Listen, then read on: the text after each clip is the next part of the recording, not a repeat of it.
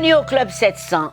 Nous vous accueillons avec beaucoup de plaisir et nous sommes pressés de vous montrer les preuves que Jésus-Christ vous aime vraiment. Salut, cher pasteur. Salut, Massi. Jésus-Christ t'aime, n'est-ce pas? Et toi aussi. Et comment? Et vous aussi, les amis. Vraiment, je salue votre fidélité à cette émission du Club 700. Et aujourd'hui, nous allons parler du témoignage de celui de Clint, qui avait eu un très grand accident de moto. Les médecins avaient dit aux parents, là, c'est fini, plus d'espoir. Mais Dieu n'avait pas encore dit son dernier mot. Suivez. Lors d'une randonnée en moto près de Houston, au Texas, en juin 2006, la veste de cuir de Clint Mayfield a glissé de sa moto et s'est enchevêtrée dans la chaîne de transmission, bloquant la roue arrière. Clint a été projeté vers l'avant à 110 km/h et il a percuté la chaussée, la tête la première.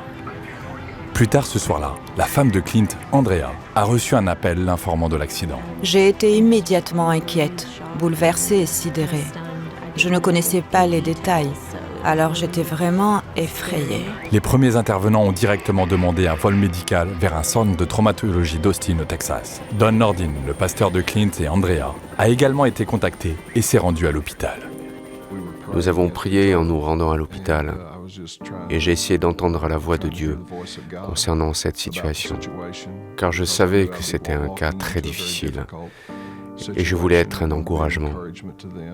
Et le Seigneur m'a parlé. Il a dit, en arrivant à l'hôpital, « Je veux que tu leur dises que Clint va se rétablir complètement. Ne sois pas inquiet de ce qui se passe ici. Ne regarde pas à la situation. Ne regarde pas aux circonstances. N'accorde pas trop d'importance aux pronostics. Clint se rétablira complètement. » Le lobe frontal et le lobe temporal du cerveau de Clint étaient gravement endommagés et il était dans le coma. Les médecins dirent que s'il survivait, il pourrait avoir besoin de soins constants pour le reste de sa vie.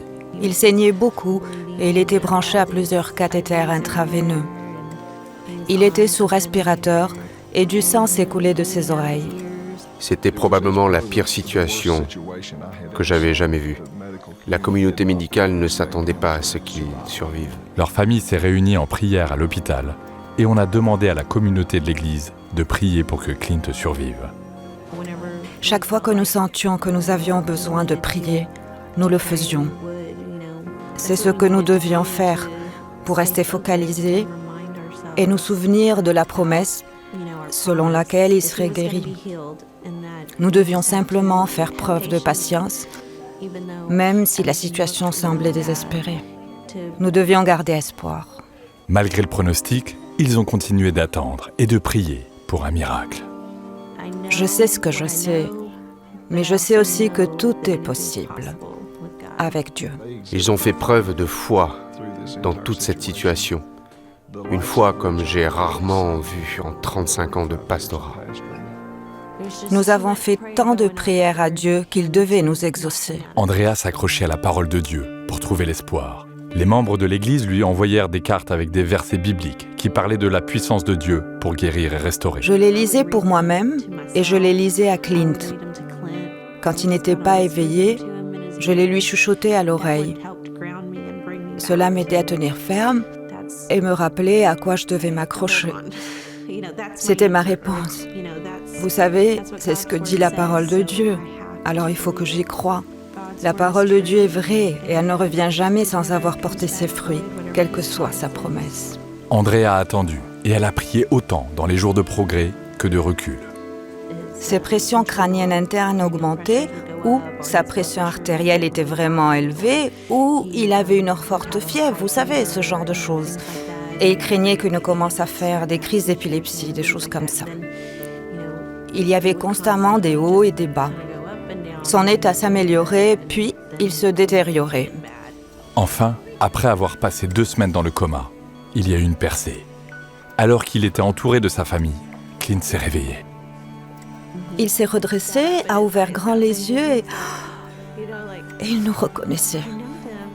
Au cours des mois qui ont suivi, Clint s'est rétabli mentalement et physiquement au-delà des attentes du médecin, même s'il a dû réapprendre les moindres tâches. Je ne sais pas si tout le monde est comme ça, mais quand vous avez des lésions cérébrales, devinez quoi ? Vous devez grandir à nouveau, vous devez réapprendre toutes sortes de choses, vous devez apprendre à faire à peu près tout. Clint et Andrea croient que son rétablissement était miraculeux et que ce fut une réponse à la prière. Mettez votre confiance en Dieu pour tout. Vous devez seulement savoir que Dieu prendra soin de vous, quelle que soit la situation. Ils étaient fermes, ils ont prié, ils ont marché par la foi et ils ont reçu leur miracle. Et le fait que Clint a réussi à surmonter ce genre de problème et à être fonctionnel est absolument miraculeux. Sans parler du fait qu'il est en mesure de poursuivre son travail. Avant, il était plutôt calme, réservé, il ne parlait pas beaucoup. Et maintenant, il parle énormément. Il m'a restauré. J'ai retrouvé tout ce dont j'avais besoin et plus encore. J'ai 2 filles, j'ai une femme heureuse. Dieu nous a aidés non seulement à aller de l'avant, mais à prospérer. Si vous lui faites confiance, il vous donnera ce dont vous avez besoin. Et plus encore. Eh bien, les amis, quand les docteurs disent plus d'espoir, c'est là que tout commence pour ceux qui croient en Dieu. Car ce que vous avez entendu et accepté et enregistré va vraiment affecter tout le reste de l'histoire. Eh bien, le père de Clint, lui, a plutôt entendu Dieu lui dire « Ton fils sera totalement guéri ». Et il a cru. Point final. Oui, je dis point final parce que quand vous avez accepté ce que Dieu a dit, que vous avez cru, vous avez accepté, vous restez là. Ce qui veut dire que les yeux du père de Clint se sont fixés uniquement sur Dieu, sa parole, et non sur la situation et les rapports alarmants. En plus, les prières de tous sont montées vers Dieu, très fidèle, qui accomplit toujours ce qu'il dit.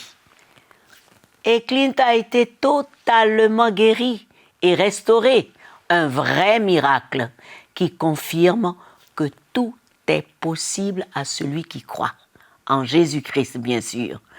Mais au fait, est-ce que tu le connais mon ami? Tu as regardé ce témoignage? Ce Jésus-Christ, c'est lui qui est mort à la croix pour toi en prenant tous tes péchés, en te guérissant par ses meurtrissures, ses blessures, et te réconcilier avec Dieu pour l'éternité. Et tu peux l'accepter tout de suite en disant simplement « Seigneur Jésus, je te demande pardon pour mes péchés. Je viens de me rendre compte que c'est toi seul le chemin qui mène au salut, à la vie éternelle. Et je t'accepte comme mon Seigneur et mon Sauveur personnel. À partir d'aujourd'hui, je t'appartiens. Je m'abandonne en tes mains et je ne veux plus m'inquiéter parce que tu es Dieu Tout-Puissant, par qui tout est possible. » Si tu as fait cette prière, nous disons ensemble Amen et que le Seigneur te garde. Et maintenant, mon conseil, prends la parole de Dieu, apprends à connaître ton Seigneur et ton Sauveur et sois béni. Merci, Massi, et Amen. Amen. Et encore, les amis, gardez le regard sur nous et nous aussi sur vous. À tout de suite.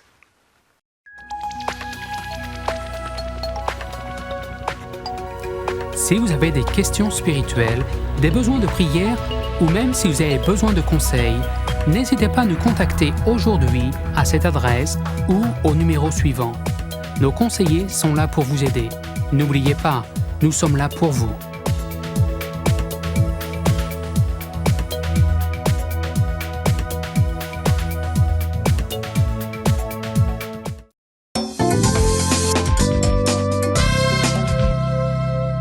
Bienvenue au Club 700, mes amis. Verna, elle a été violée, rejetée par ses parents et elle avait décidé de tourner le dos à tout, même à l'église, et aussi se venger de la vie en faisant du striptease. Et oui, regardez. Je prenais plaisir à me défoncer, je prenais plaisir à boire. J'avais de nombreux partenaires sexuels, je vendais de la drogue, je gagnais beaucoup d'argent, des tonnes d'argent. Le plaisir et le pouvoir, c'était tout ce qui intéressait Verna Masdin. Les raisons du choix de son style de vie remontent à son enfance. Elle a grandi dans une famille de 14 enfants. Je me sentais ignorée, je cherchais l'amour en fait. Je voulais l'amour et la validation de ma mère et de mon père. Mon père ne m'a jamais dit qu'il m'aimait. Verna a été molestée par des membres de la famille quand elle était petite et elle a été violée à l'âge de 14 ans. Elle en a parlé à ses parents, mais ils ont préféré cacher la chose. Je ne me sentais pas coupable. J'étais seulement blessée et trahie et abandonnée. La douleur s'est transformée en rébellion, en colère, en violence. Je suis devenue une personne qui ne se laissait pas dicter quoi que ce soit par qui que ce soit, surtout pas d'un homme. À l'âge de 16 ans, Verna a recommencé à aller à l'église, dans l'espoir que quelqu'un puisse l'aimer. Au lieu de cela, elle est tombée enceinte d'un jeune homme de l'église, qui la rejeta ensuite. Ils m'ont dit que je devais me marier, sinon j'allais mourir et aller en enfer. Je n'aimais vraiment pas le gars, vous savez. Je suis enceinte, je veux juste garder mon bébé. Ils se sont mariés, mais après quelques années et un autre enfant, leur mariage a échoué. Du point de vue de Verna, l'église et Dieu, c'était fini. J'ai dit que je ne voulais rien avoir à faire avec Dieu, je n'irai plus à l'église. Je ne veux pas entendre parler de Dieu, je ne veux pas entendre son nom, je ne veux rien entendre, je ne veux plus rien entendre du tout. Pendant des années, Verna s'est débattue seule, jusqu'à ce qu'une amie la convainque qu'elle pourrait gagner de l'argent, comme danseuse nue. J'étais seule avec 2 enfants, je recevais de l'aide sociale, des bons alimentaires et des trucs du genre. J'ai dit $100 pour danser 3 minutes sur une chanson, j'accepte. En un rien de temps, elle a décidé de se lancer dans une nouvelle carrière. Je peux nourrir mes enfants, je peux payer mes factures, je peux voyager, je peux acheter toutes sortes de vêtements et toutes sortes de voitures, je peux voyager partout dans le monde. Alors j'ai oublié l'idée que c'était sale et répugnant et je l'ai remplacée par celle du gain de beaucoup d'argent. Et c'est ce qu'elle a fait. Au cours des 13 années qui ont suivi, Verna a bâti une énorme entreprise comme danseuse exotique, revendeuse de drogue et maquerelle sous le nom de star. Tout cela a été très lucratif, mais pour elle, il y avait plus que l'argent. La valeur. Cela m'a donné le sentiment d'avoir de la valeur. Partout où j'allais, j'étais très respectée. Des gens que je ne connaissais pas me connaissaient. Et cela a comblé un autre besoin que Verna avait hérité de son enfance douloureuse. Je pense que c'était important de savoir que personne ne serait capable de me violer avec 2 pistolets sur ma hanche. Verna dit qu'elle avait parfois un sentiment de culpabilité, mais il était facilement réprimé par les drogues et l'alcool. Elle prenait plaisir à tout cela. Mais en 2002, Verna a commencé à sentir que Dieu l'appelait à sortir de là. Elle a essayé d'ignorer sa voix, jusqu'à ce qu'une nuit, au milieu d'une danse, Vous êtes en train de vous déshabiller dans une fête, il y a un groupe d'hommes, ils vous lancent des billets de 50 et de 20 et vous essayez de danser et d'être sensuelle et provocante. elle dit que Dieu lui a dit de partir, sur le champ. Verna a cessé de danser et elle a couru aux toilettes. Et le Seigneur m'a parlé alors que j'étais assise juste là. Il m'a dit de sortir du milieu d'eux et de me séparer d'eux. Mais abandonner son mode de vie n'était pas aussi facile qu'elle le pensait. L'argent, c'était beaucoup d'argent. Et le sentiment d'avoir de la valeur aussi. En quelques semaines, la conviction croissante que Verna ressentait l'a amenée à une croisée des chemins. Elle s'est terrée dans sa maison pendant 6 semaines et s'est plongée dans la parole de Dieu. Quand j'ai pris ma responsabilité, j'ai alors dit « Seigneur, je veux que tu viennes dans ma vie. Je me repens de mes péchés, sauve-moi. » L'orgueil me poussait à me dire que j'allais bien, mais je n'allais pas bien. J'étais perdue. Avec le temps, Verna a découvert que Dieu était en mesure de répondre à ses besoins les plus profonds, comme sa vie passée n'avait jamais pu le faire. Le sexe ne pouvait combler ce besoin, les drogues ne pouvaient le combler. L'alcool et l'argent non plus.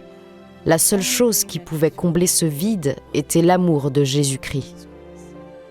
Et quand j'ai reçu son amour, tout cela s'est dissipé, lentement. Verna est maintenant une évangéliste et elle s'est remariée. Elle et Garland s'aiment et aiment leurs filles et leurs petits-enfants. Et surtout, ils aiment partager la vérité de Dieu avec les autres. J'ai trouvé ma valeur en Jésus-Christ. C'est en lui que j'agis, que je vis et que je suis. Le résultat, c'est de dire que c'est très dangereux de tourner le dos à Dieu, Massy. Il ne faut surtout pas tourner le dos à Dieu. S'il y a quelqu'un avec qui il ne faut jamais se fâcher, c'est Dieu. Mais c'est dangereux. David avait raison de dire, je préfère tomber entre les mains de Dieu que de tomber entre les mains des hommes. Non, alors quand tu tournes le dos à Dieu, mais c'est dangereux. Alors, le plus marrant, c'est d'entendre la voix de Dieu, même dans cet endroit de striptease. Voilà. Dieu est formidable. Alors qu'on dit, oh non, cet endroit-là, ça c'est là. Dieu parle même là-bas. Mais Massy, écoute, les premières années lorsque j'ai donné ma vie au Seigneur, oui. Mais j'étais encore en train d'animer une boîte de nuit. Ah oui, avec... Oui, voilà. Et puis je suis rentré vers 3h du matin et mon épouse me demande, mais tu es déjà rentré?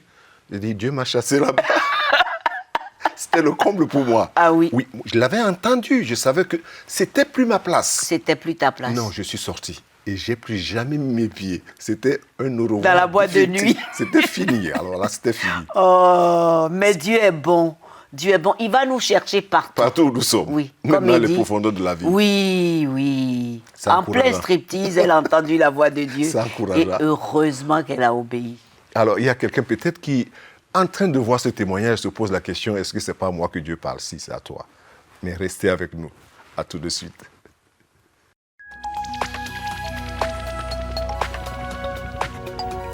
Si vous avez des questions spirituelles, des besoins de prière ou même si vous avez besoin de conseils, n'hésitez pas à nous contacter aujourd'hui à cette adresse ou au numéro suivant. Nos conseillers sont là pour vous aider. N'oubliez pas, nous sommes là pour vous.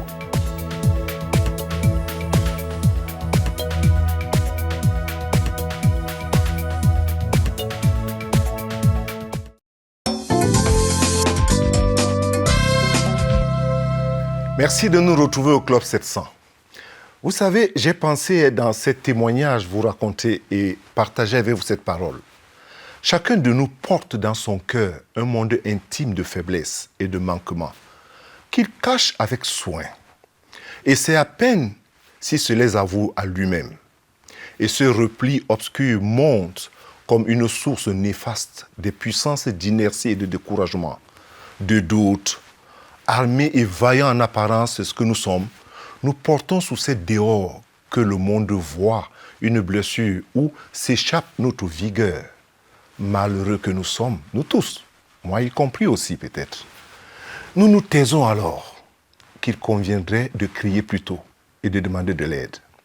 Mais nous craignons de perdre nos amis en nous montrant tels que nous sommes. Cette crainte est un des plus forts châtiments de notre hypocrisie. Craindre de perdre une affection qui ne s'adresse pas à nous, mais au personnage que nous jouons au dehors. Et cette crainte signifie de laisser mourir le cœur vivant afin de sauver le masque mort. Quelle peine, n'est-ce pas? Plus cruel contre soi-même, non. Vous savez les amis, la vérité ne tue pas l'amitié. Non, elle la fait vivre, au contraire. Mais il existe une amitié forte, durable, consolante, plus douce que tous les sentiments. Cette amitié est peu connue et peu pratiquée aujourd'hui. Et aussi, elle fleurit à des hauteurs de la vie spirituelle auxquelles n'atteignent pas les âmes légères et molles. Et partout où elle existe, elle devient un foyer de bénédiction. Partout où existe cette vérité, c'est un foyer de bénédiction. Et je prie que Dieu, qui te voit là où tu es assis en ce moment, Dieu qui te connaît, et qui connaît tes luttes, qui connaît les angoisses et ce que tu essayes de cacher, qui te rencontre là où tu te trouves. Parce qu'il est un Dieu d'amour. Et Seigneur, je te prie pour tous ceux-là qui suivent cette émission en ce moment. Tous ceux qui sont angoissés, qui ont peur d'affronter la vie. Ton amour est puissant. Oui, cet amour est puissant. Pour les trouver dans les marécages de cette vie. Visite-les, Seigneur, et bénis-les. Et je prie au nom de Jésus-Christ que la grâce et la paix du Seigneur soient votre partage dans ce que vous traversez. Au nom de Jésus. Amen et Amen. Amen. Merci, pasteur. Merci, touchant. Merci. Oui, on doit vraiment faire attention à ça. Eh bien, mes amis, si vous avez prié avec le pasteur, n'hésitez pas à témoigner. Nous aimerions avoir de vos nouvelles. Nous arrivons maintenant à votre rubrique questions-réponses avec le pasteur, bien sûr. Prêt? Allons-y, merci. Pasteur, je ne parle jamais en langue, même quand je suis en adoration. Est-ce que cela veut dire que le Saint-Esprit ne se manifeste pas en moi? Non, merci. Je ne pense pas que c'est là le problème. Et il ne faut pas confondre la présence du Saint-Esprit en soi et la manifestation du Saint-Esprit. Une fois qu'une personne a reçu Jésus comme son Seigneur et son Sauveur personnel, l'Esprit de Dieu est en cette personne. Il est un enfant de Dieu. Maintenant, la manifestation du Saint-Esprit, c'est autre chose. Ça peut avoir d'autres raisons. Il peut avoir d'autres raisons, d'autres barrières, d'autres blocages. Mais ne veut pas dire que la personne n'a pas le Saint-Esprit. D'abord, le baptême du Saint-Esprit a été donné pour le service. Mais nous avons reçu le Saint-Esprit pour l'identification, notre identité en Christ. C'est ça la différence. Mais je sais que ça fait quand même un peu difficile pour certaines personnes qui, lorsqu'ils prient, même en adoration, ils ne parlent pas en langue. Il faut demander à Dieu. Il faut continuer à demander au Seigneur. Il faut demander. Et ne pas douter surtout. Parce que la question de la personne, c'est ça. Il y a un problème de doute et de lutte. Ne doutez pas. Continuez à demander. Voilà. Et Dieu le donne, comme il a promis. Tout simplement. Voilà. Pasteur, pourquoi dit-on que Jésus-Christ est le Fils de Dieu? Ah, bonne question. Toute la Bible le dit, tout d'abord. On le lit dans l'Ancien Testament. Ésaïe, les prophètes et tous ceux qui ont vécu avant que le Seigneur Jésus ne vienne l'ont dit, le Fils de Dieu. Et lui-même l'a dit. Et c'est écrit partout, toute la Bible, de Genèse, de la Genèse à Apocalypse, on retrouve cela. Et lui, le Seigneur, l'a dit, qu'il est le Fils de Dieu. Et Pilate a posé cette question, il a répondu directement. Je sais que beaucoup de personnes s'attendent à ce qu'on dise à cause de ce qu'il a fait. Avant qu'il ne fasse ce qu'il a fait, il est né. Et à partir de sa naissance, sa conception, sa naissance, sa vie, sa mort, sa résurrection, tout ça c'est le gros témoignage qui dit que Jésus n'était pas comme nous. C'était le Fils de Dieu. Il a dit, je suis le Fils de Dieu. Et les gens l'ont témoigné, les Écritures le témoignent. C'est pour ça. Pasteur, je n'arrive pas à être réellement chrétien. Je pêche malgré moi et je n'arrive pas à arrêter. Comment faire? Qu'est-ce que la personne veut dire par « je n'arrive pas à être réellement chrétien » ? Je pense que la personne ou des personnes de ce genre luttent et l'ennemi profite de cette faiblesse pour créer le doute, un sentiment de peur, de doute et d'insécurité. Parce que peut-être on est tombé dans le péché, on se dit « Ah, est-ce que je suis vraiment un enfant de Dieu?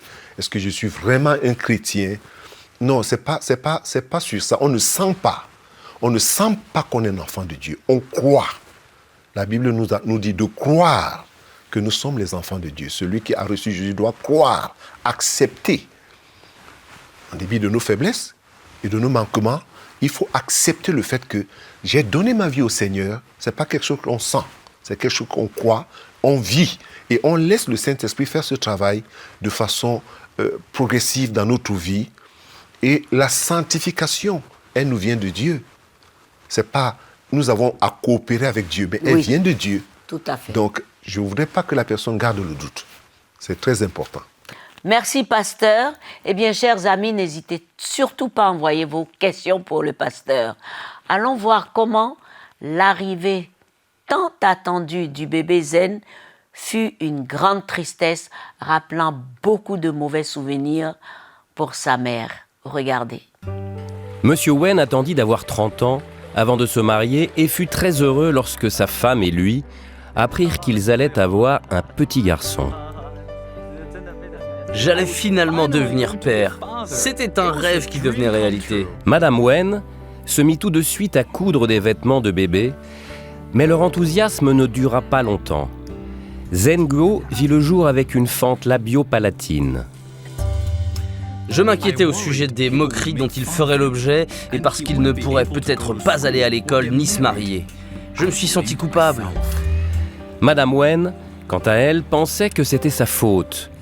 Elle avait elle-même eu une fente labio-palatine et un médecin inexpérimenté avait cousu sa bouche avec une simple aiguille et du fil à coudre. Cela avait affecté son apparence et sa diction. Je ne voulais pas que la même chose arrive à mon fils. Alors je me suis dit que peu importe notre pauvreté, nous allions le faire opérer par des professionnels. Mais en tant qu'agriculteur, il leur aurait fallu des années pour économiser de quoi payer cette opération. Et pendant ce temps, Zhenguo avait du mal à manger et à prendre ses médicaments. Parfois, il étouffait et ne pouvait plus respirer. Un médecin nous a dit qu'il pouvait mourir à tout moment. Désespéré, le couple pria leur famille défunte. Mais il semblait qu'ils ne comprenaient rien de ce que nous disions. Si mes ancêtres ne pouvaient pas nous aider, qui pouvait le faire? Plus tard, un médecin appela M. Wen et lui parla de CBN. Mon vœu s'est réalisé. Mon fils allait se faire opérer. Personne ne pouvait le croire. Cette opération transforma le visage de Zhenguo. Il est plus fort qu'avant. Et il peut manger seul. L'opération a été faite par des professionnels, c'était parfait. Zhenguo n'avait jamais regardé un miroir auparavant. Maintenant, il aime se regarder.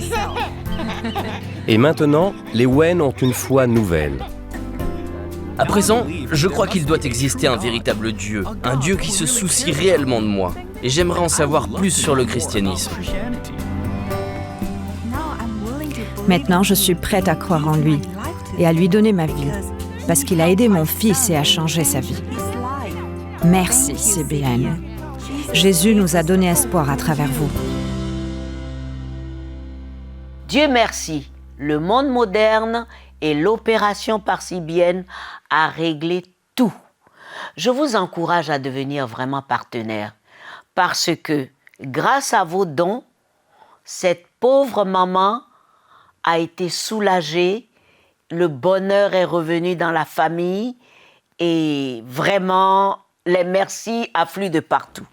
Alors soyez remplis de compassion et d'amour pour les veuves, les orphelins et vous allez voir, Dieu l'a dit dans sa parole, c'est lui qui récompense et c'est lui qui bénit. La vraie religion, c'est de s'occuper des veuves et des orphelins.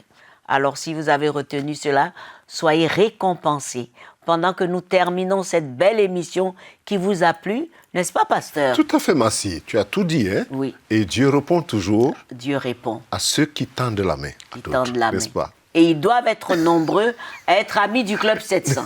Il ne doit rien à personne. Voilà. Alors, chers amis, merci d'être restés en notre compagnie. À très bientôt. Dieu vous bénisse.